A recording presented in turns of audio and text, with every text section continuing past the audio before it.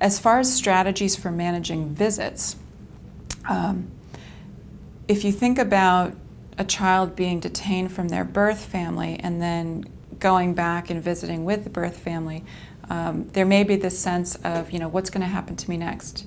When I've been with this individual or these individuals before, they maybe couldn't keep me safe. And so this is maybe some of what the child is thinking or feeling. Maybe they're worried that maybe they're also very excited to see their parents or their caregivers that they were with, that they love. Maybe those are the only people they've known before you. And so I try to help foster and adoptive families to think about how can we make this visit really go well. And some of the best ways that you can do that are to make them really as predictable and consistent as possible. That typically will start with the court ordering visits and saying, how often they're going to happen and where can they happen. But what you can actually control is determining, okay, when am I going to let this child know that the visit is coming? What can I tell them about the visit that's coming so that they are prepared? You're going to be going to the park and you're going to see mom or mommy, and your brother is going to be there, and we'll bring some balls and you're going to kick around some balls, and you're going to have a monitor there with you. You're going to have whoever it might be, or maybe I'm going to be there with you. Sometimes that's the case. And we'll be there for a little bit of time, and then you'll all have a snack, and then we're going to go home.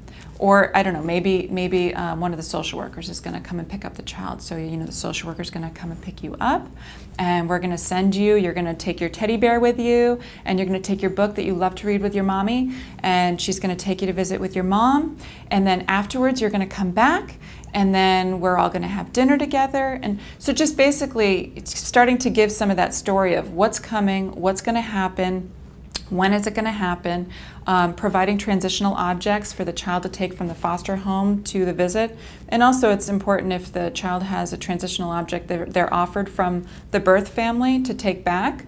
That's something that foster family may not really want to receive, but I do encourage them if they are able to go ahead and see that is also important for the child to continue to have that connection and sense of connection to their birth parent when they come back from the visit. So really doing a lot of planning, preparing, telling the child what's coming, and that you're going to continue to think about them while they're gone, and you're going to continue to care about them, and that you're going to want to hear all about it, if they're wanting to talk about it when they come back, and just hearing that you're positive and supportive of this visit.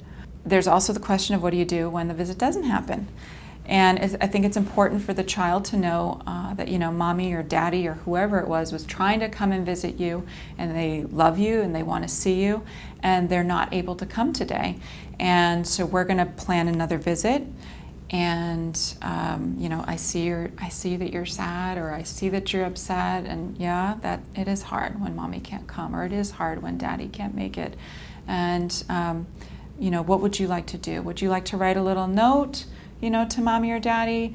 Let's think about what we're going to plan another visit, and we'll do that really soon.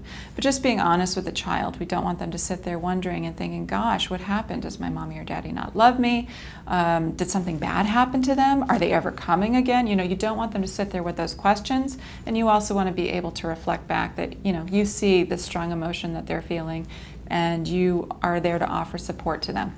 Even if on the inside you're thinking, they did it again, they're letting this child down, which totally valid feeling. I've heard that before, and I get it, and I agree. And you may be feeling anger. And that's something actually I encourage you to talk with a professional about, because that will not be in the service of the child if you're showing that anger to them. They pick up on it, even if you don't say something that, mommy and daddy did something bad, and now this person who's taking care of me is not happy with them either.